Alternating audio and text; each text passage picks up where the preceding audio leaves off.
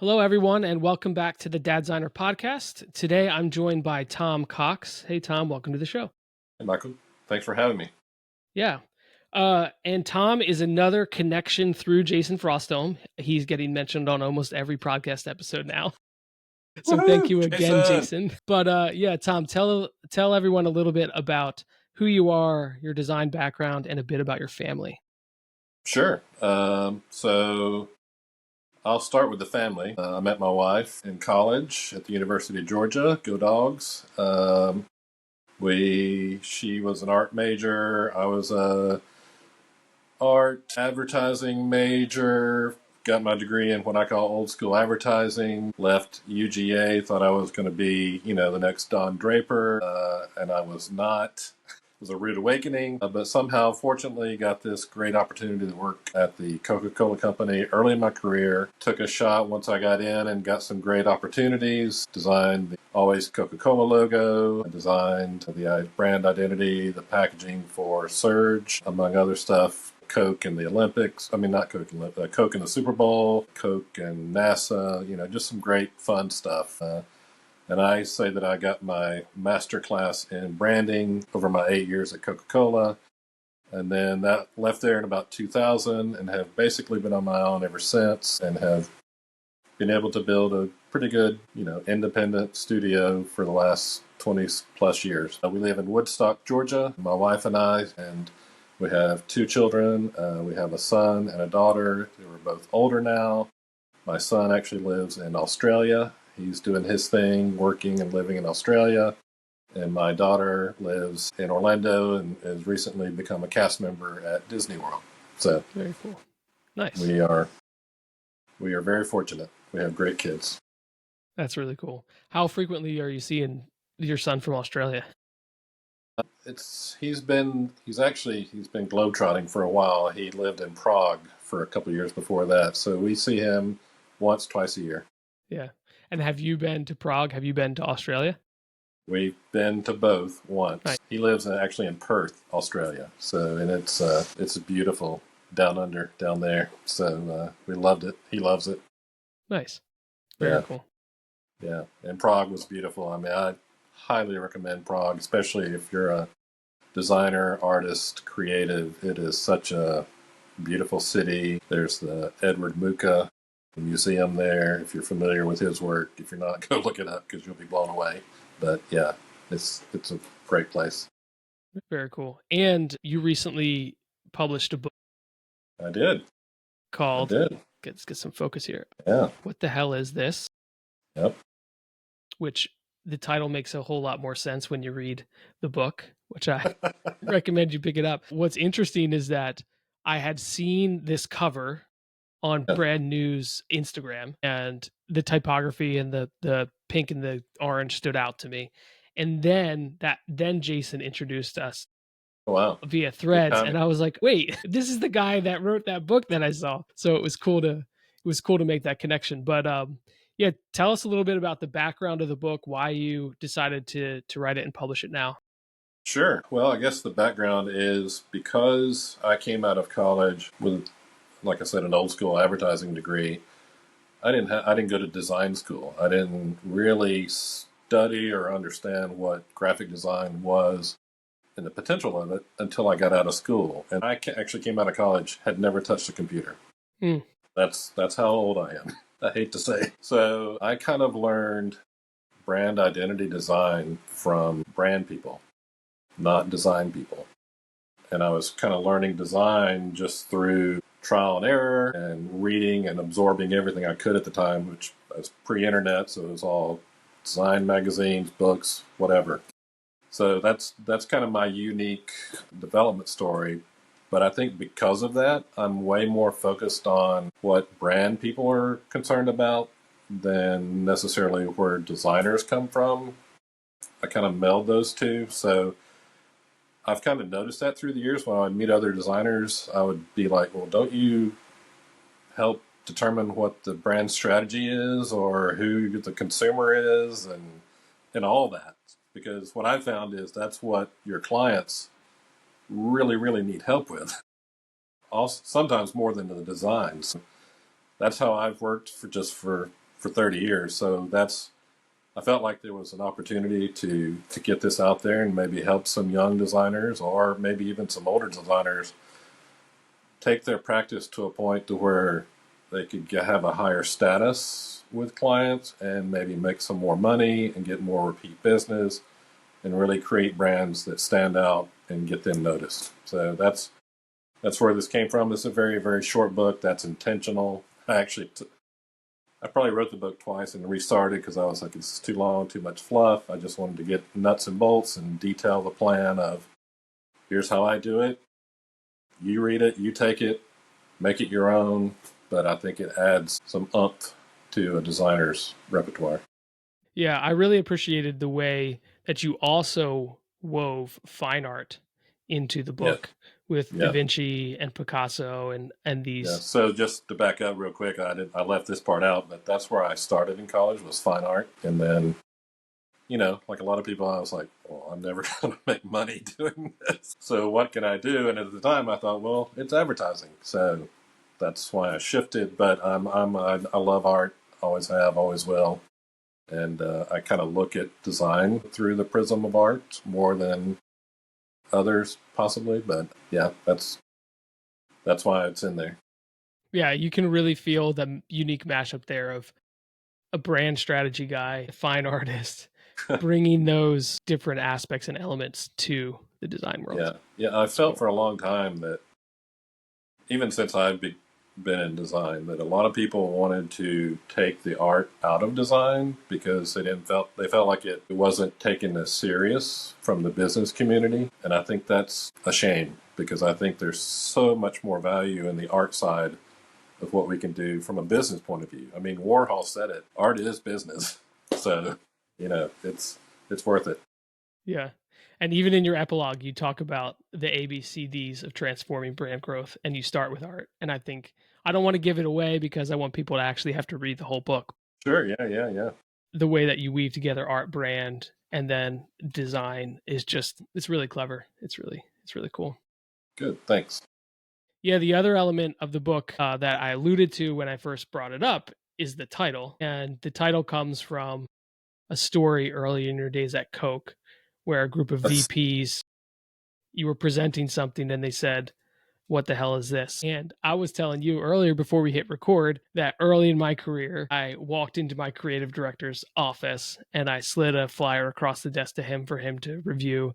And he slid it back and he says, "You can do better than this. Get out of here and come back later." And it's a different mentality and mindset, right? You don't I haven't experienced that of late in the places and spheres that I've been. So what is your take on what is the balance there of like cutting your teeth and getting kind of because that changed the trajectory of your career. It Yes, definitely is something that's memorable for me and altered how I approach design. So what's your sure. take on that? Yeah, I think it's kind of a nod also back to if you've ever been in like an art class or art school, critique is huge. I mean, Yep. and that's where you kind of cut your teeth and find out what you're made of. So to me, it was harking back to that, but it was definitely a defining moment in my career, which I highlight in the book, obviously. But it was one of those moments where I went in and I thought I was God's gift to design, to branding, and I was quickly made to realize I was not. And but it drove home such a point of I don't ever want to go into a presentation again where I do not have the ammo to defend and really drive home why the design is what it is. And so that was kind of the catalyst for me really from that point on going forward. I always had this process in mind. I mean, I've developed it over the years and made it simpler and better as I've moved along. But from that point on, it was like, well, here's why we designed it this way, and that's why you love it. One of the things you mentioned earlier is we're shifting gears a little bit here, but you mentioned you got Sure. to work on Surge, and we had Yes. a joking moment earlier because I brought it up and you said, "Let me guess how old you are," which is also in the book, right? Like figuring out who is that person it was for, and you designed Surge for me when I Yep. was 12, Yep. 13, 15, Yep. Yep. years old. But yeah, talk a little bit about that experience and even that target demographic. Yeah, so you are, I mean, like I said, I mean, as soon as you mentioned Serge, I was like, oh, he's in his mid to late 30s because at the time you were middle school, high school, and we were so immersed into your life at that time, our whole little team, and everything we did for Surge was all about you. I mean, that was our guidepost, and that's what I've taken into this process that I've put in the book is all the decisions are guided by the ideal consumer. It's a project that once anyone your age finds out that I was involved in, they they light up. And how old were your kids at the time? Were they around or no? Well, no, we were our son was he was born in the middle of '95, and I had started on it right before that, Okay. and then it launched in the U.S. in early '96.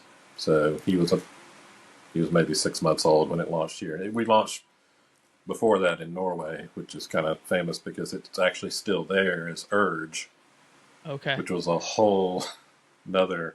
I mean, we created it for the U.S., but Norway was the first to pick it up, and we kind of used that as a test launch. But we couldn't get the trademark for Surge, so we just went with Urge, which I like because it's shorter. And anybody that knows Sure. designing logos, the fewer letters, the better. Yeah. Yeah, for sure. So he was one, so wasn't necessarily able to get into the mindset of someone that close to you. But Right. how did the team, how did you talk about So this I ideal was not customer? that old then. I was probably, let's see, I was 26, 20. Yeah. So Yeah, you were not that far out of the demo then. not too far. I knew Yeah. all the music still. That was the X Games era too. Oh, yeah. Oh, Yeah. yeah. That was a big influence. I'm actually going to do a post. As soon as I get the time, I'm going to do a more kind of an updated, elaborate post of highlighting how the process that's in my book was used on Surge. Interesting. Interesting. Because I still have the kind of the consumer collages we put together for that are fun to go back and look at. Yeah. And how much of this process was picked up from some of the teams you were on there at Coke, and how much of it was kind of a conglomeration that you put together just to various things you learned throughout your career? There's three sections in the process, and the consumer part was really I learned all that at Coke. I mean, Mhm. it's like that was just drilled in my head is we don't do anything without knowing the consumer. And then there's bits and pieces of it throughout the rest of it, but that's the main part. Yeah. So the great thing too about the whole like the way it worked out is I like to say I was in house before in house was cool. I was kind of a hidden designer in our global packaging department. When Surge happened, it was in the new products part of the brand world of Coke. And so it basically ended up being the new product director, the new product manager, and me. And we would go and, I mean, it was, and then we also had some consumer research people. We had the chemist. I mean, it was a very small, focused team. And I think that's what's helped me over my career working with like startups and with, small business owners is it's a small team. And then when you decided to leave Coke and go out on your own, what were the motivating factors of doing that?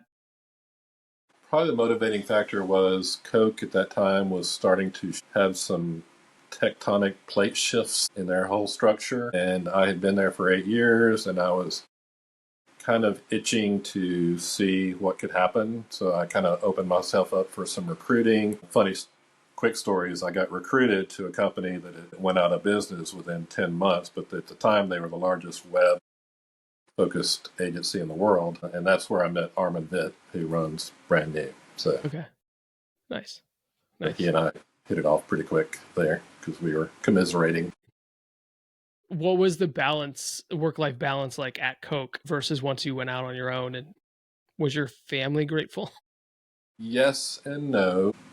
I don't think there was much balance. I mean, it was, you know, 60, 70, 80-hour weeks at times, depending on the projects that were going on. So it was hard on a young family with young kids. So another part of the reason I decided to leave at that time was We were expecting our daughter, um, and we decided that we would wait until she was born because we had great health care. And so once she was born, about 6 months later, I was like, okay, let's see what else is out there. And so that's when I kind of opened up for that, just to see, what was potentially out there. And then, so just to go from work-life balance, I've discovered over the years is you have to determine that, because even when you're on your own, you can get so far down the rabbit hole. I mean, I had for the first several years, I mean, I was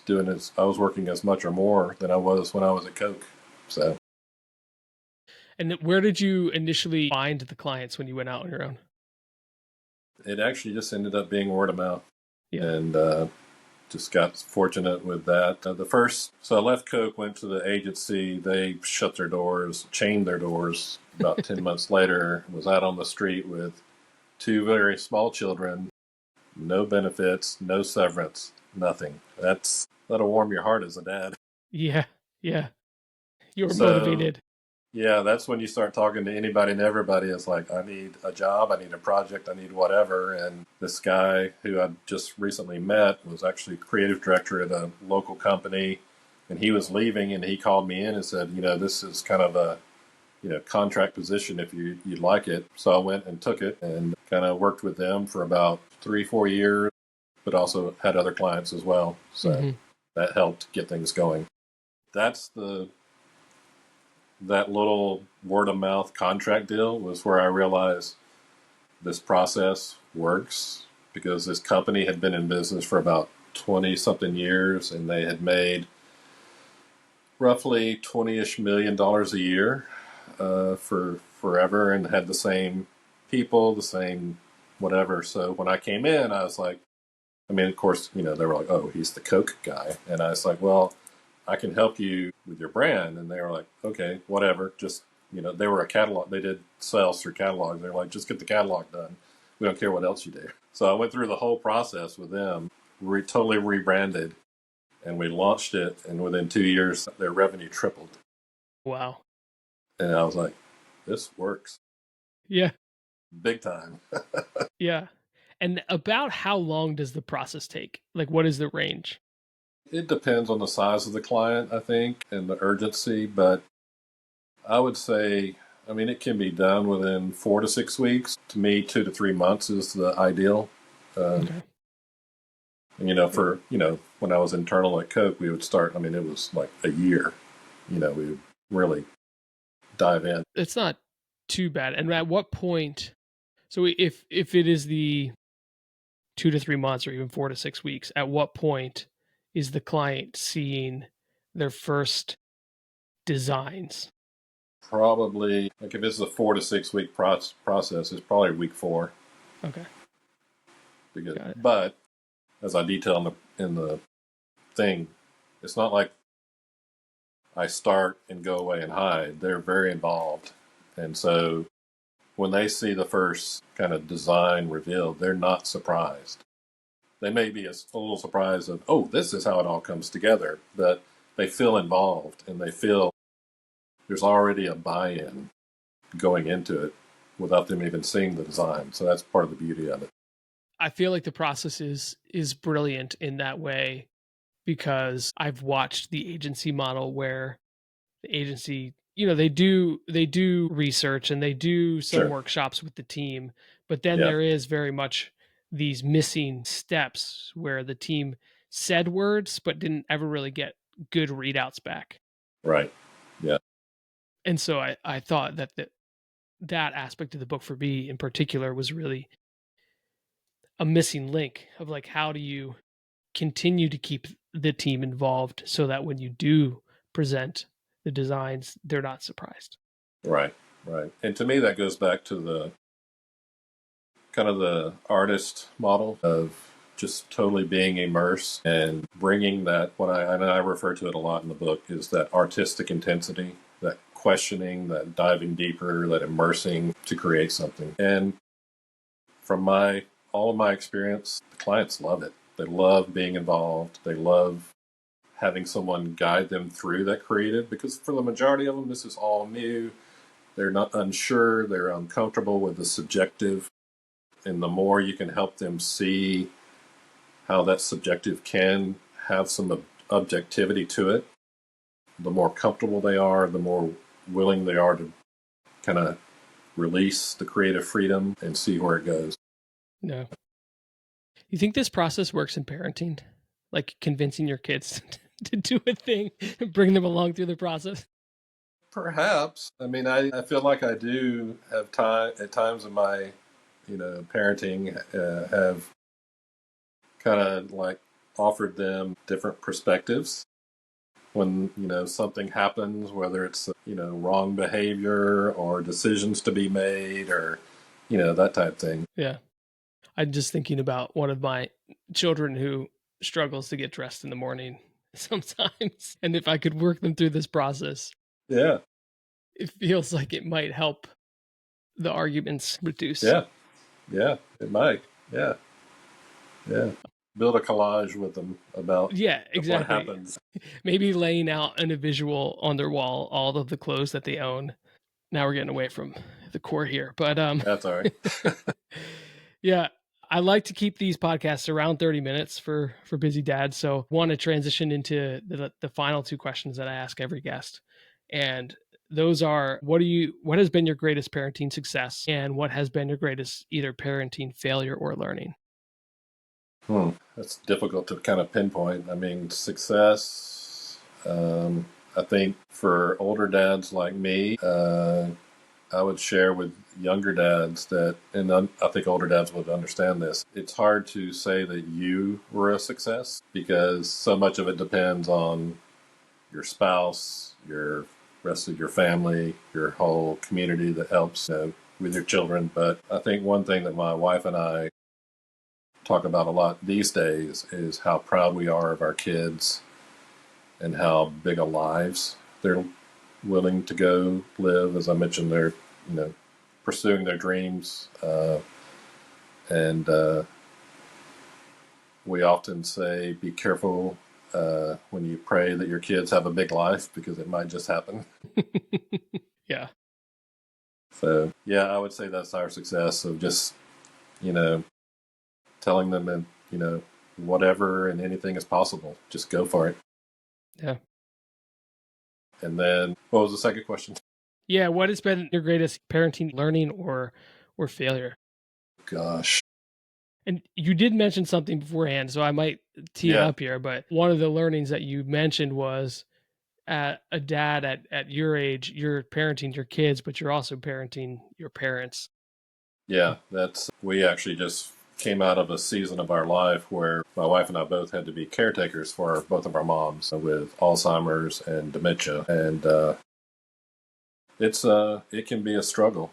I mean, Mm, it's hard to. You talked about work-life balance. It's at that point you're just trying to balance life in general with caretaking for your aging children, but also now you're flipping it and you're the parent for your parents. So it can be a struggle on work. I mean, and to be honest, that's where this writing this book started after we lost both of our moms, mm. and it's kind of a therapeutic exercise. I just didn't want to deal with any clients at that point for a while, as long as I could, and I thought I wanted to try something new, and I dove into this, and it was very therapeutic. And the first thing that popped in my mind about a failure is it's hard for me now to remember some of my children's early childhood because I was working so freaking much. Mhm. So that's just a word, really. I know it's so hard. It's so hard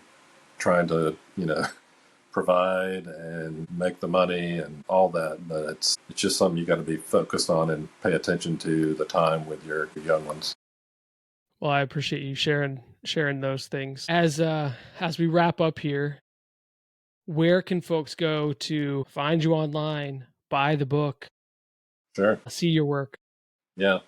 So my website is tomcoxdesign.com. All my social is at Tom Cox Design. You can link to the book on my website through my social. It's on Amazon. If you do buy a copy, I would really love if you just write a short, sweet review, because that helps the whole algorithm, which I've never been big in social media, and I'm really just starting to hate algorithms. But yeah, that's where it is.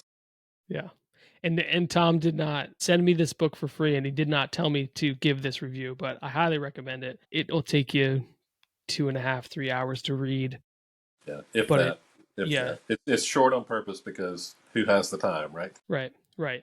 But in that, it's packed with very actionable things, good weaving in of art, like we talked about, and is a good resource to have on your shelf when, if and when you get stuck and are looking for a new process. So, highly recommend you go get it. Awesome. Thank you. Yeah, Appreciate that. yeah. Well, I appreciate you being on the show, Tom, and we'll talk Sure. soon. Awesome. Thanks, Michael.